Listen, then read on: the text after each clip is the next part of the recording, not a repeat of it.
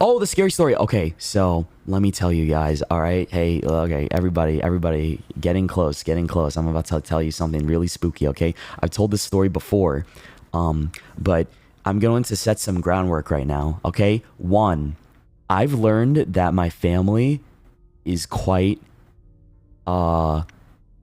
in tune with some spiritual shit, and I never really realized that until recently, because I had a deep conversation with my friends about my past and like how my family, because we talked about family a lot, right? And I realized that my mom's side of the family, it's kind of funny because both my mom and dad's side of the family have something cool going on. Because my mom's side, they're very like superstitious, more so than I thought. And you know, they believed in certain things. Like, remember what I told you when my grandpa died, that the phone in the house kept like ringing over and over again, and my grandma thought it was just him trying to reach out. Like, it rang 3 times on the third day, and we in the family coincidentally believe that people don't realize that they're dead until the third day after they have moved on. Oh, like after the third day that they passed away from them forth. So yeah, to sorry, someone's outside. That distracted me for a second. That scared me. Holy fuck. So that's one thing. Second thing, right, that I realized is that I don't know about you guys, because who here is Southeast Asian, or like just Asian in general? I know there a lot of people in Southeast Asia are pretty superstitious about a lot of things, right? But one thing in my mom's side of the family that they believe is that the more you talk about negativity and the more you talk about ghost stories or like indulge in creepy shit, it will invite more spooky stuff into your house, or more of that into your life, right? So the more you talk about negativity, the more you invite that into your life, the more likely you'll bring something unfortunate into your own life, right? That's the whole thing. That's why my mom hates talking about anything to do with that, right? So that's my mom's side. My dad's side, it's weird because he has told me so many spooky stories from when he was a kid. Like he literally thinks he sees ghosts, right? And he's told me when he was a kid in Vietnam, right? He used to see them all the time, and I never really paid attention to that because I thought he was just trying to scare me, right? And dad was like, being all what mysterious or whatever, right? Because I don't know too much from my dad's side of the family, but I talked to him again recently, and he told me another scary story about him seeing my grandpa, right? Or thinking he saw my grandpa when I was younger, right?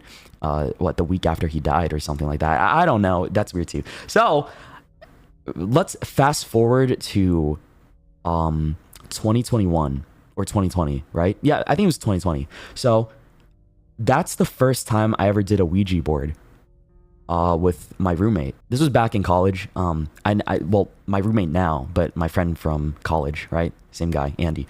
And we did a Ouija board together. It's kind of like, it's like this. Remember, you guys, this story, some people would remember me doing this, but I fucked around with it because one of his friends, I think, I don't know who she was, but she left the Ouija board at his apartment or whatever, right? And I just decided to play around with it one day. Apparently, he never saw her again. That was like the last time he he ever hung out with her or talked to her, was when she left the Ouija board. And I guess he never reached out again, or they never talked again after that, right? And she didn't really want it. So like, oh, whatever. And I guess it's still in the apartment to this day, because like I think when they moved out of there years ago, it just got left at the apartment in Philadelphia, right? So I was playing around with it with him one day because it was in between classes. We were bored, and I remember one of the questions, we did the whole proper process, we were like hello, hi, and everything, and we said bye when we closed it off. But I really didn't believe in Ouija boards that much at the time. So one of the questions that I asked when we were moving the thing around was like, what's the name of my grandma's dead cat, right? And I spelled it out because I was trying to fuck with him a little bit, right? And move it around myself. Yeah. But I think you're not supposed to do that. I didn't know, because I don't really believe in Ouija boards and stuff like that. So when I moved it around, right? And I told him like, yeah, that's the name of the cat. He didn't believe me, and then got really freaked out. Fast forward a year after that, right? Because I didn't really think too much of, just the trolling that we did. Apparently the people that lived below, because the apartment is like a first floor and second floor, and we did the Ouija board on the second floor in his room, right? There's a room below them that got occupied by two new people, and they woke up one night, right, around like 2 a.m. or something like that, and they heard loud banging at the door, right? And they thought someone was trying to break into their room, and they started crying apparently and started praying. It got really bad, and then I think like the other housemates heard them screaming for help, because there's two of them, right? Two of them were inside this room sharing together, and they thought someone was trying to break in, right? The entire time. And then when the whole house came together and just like opened the door and just checked on them, they were like huddled in the corner crying, right? And praying and shit like that, because they thought somebody was trying to like kill them or whatever. And then apparently they never knew why or what happened. They thought it was like just a weird haunting thing, because no one else in the house heard the banging on the door, right? Nobody else knew or heard about what was happening. Apparently only those two knew and heard all that noise and some shit.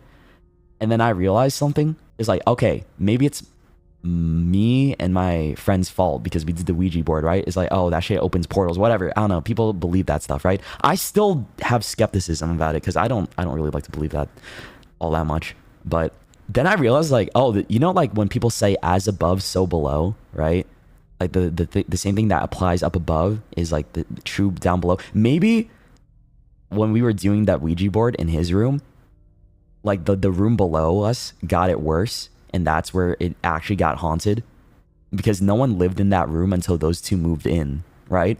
So when they moved into that room, I guess whatever it was pissed them off, pissed whatever was there off, right? It's like, oh, that's not your room anymore. That's whatever we let inside the house's room. So, yeah, I think they moved out sometime after that, because they were so stressed out. I don't know what those guys are up to. Maybe they moved on from it. I feel bad though. You gave them a free welcoming gift. But I'm just like, damn, I feel with that kind of thing, why didn't I get more punished, you know, for fucking around with a tool like that, right? If it is real. Or maybe it was always haunted and I just kind of gave it like a little catalyst to say hi to the people living in the room below. I don't know. I thought about that. I'm like, my friends thought that it was creepy, and like they were saying, oh, maybe you're more superstitious than you think. I don't know, but it was just that was like one of the creepiest things I've ever heard, right? And there's another one I told you guys about that I've heard. Okay, we're not gonna get into that one. That one's just like really spooky. I was at my friend's house during AX, right? We were like getting ready to go get dim sum, and then I heard someone whisper her name twice into my ear, but nobody was there. I don't know. Maybe I'm just like, I'm tweaking that day. It was weird. It was the bow situation. Yeah, I remember that. Like someone whispered her name in my ear, and I thought it was her fucking with me, but it wasn't, and nobody else was over there, coming from the other room. So I don't know. But yeah, that's like two of the more recent things. That's all. I still don't believe it that much, right? Because you never know. Maybe they were lying about that story, but why would they lie about that, right? Because the Ouija board didn't do anything, right? And my family is superstitious, but I've only heard stories, like the whole thing with my grandpa dying and the phone ringing and the whole, you don't know you're dead until 3 days after you actually die, right? And then that's when you move on the third day, right? Stuff like that. It's like, okay, it's just stories, right? So I don't know. It's never really made me feel like, I guess I've never seen it, you know? I've never experienced anything weird myself personally, like that crazy. So I guess that's why I'm so skeptical still. So that's why I want to do another Ouija board. Dude, because listen, I feel like, but not in my apartment. I feel like I wouldn't want to do it there. If I ever got like a house, maybe I would want to do it there, because I wouldn't want to potentially mess up whatever energy it is in the apartment that I live in. Because like, imagine I do it now and then the floor below me, right? Suddenly something terrible happens to them. And I'm like, oh God, I don't want that to happen, right? So not anytime while I'm living in the apartments that I'm living in. Maybe in another area, right? Just get a spirit box. I don't believe in that either. I do not believe in a spirit box. I don't really buy the whole Ouija board thing either, because I think there's a psychology behind it. But you know, all weird things happen, and I just want to know a little bit more. Like the whole, you know what else I don't believe in? I don't believe in like people that do ghost adventure, ghost hunters, anything like that. It's all for good TV, right? Sam and Colby, I don't really buy that. I think it's kind of performative for good videos and TV, right? It's fun, I get it, but when it comes to real spooky stuff and like ghost stuff, I'm like it's very hard to convince me, you know? Because there's a lot of TV magic you can do and editing and stuff to manipulate the results. So I think it's just like it's fun, you know, those kinds of things are fun, but when it comes to the real stories, it's like what is real and what is like people just being paranoid and like thinking they see something, right? I always think about that, right? But I think the story that I just told you guys with the Ouija board and what happened to those two people in the room below, I think that's the first time in my entire life where I've genuinely felt like, okay, that is weird, that is creepy. Why were they crying? Why were they so like upset? Why did they hear banging on their door when no one else heard banging on their door? And apparently it was so loud that they're surprised that no one else in the apartment could hear it. It's like, huh?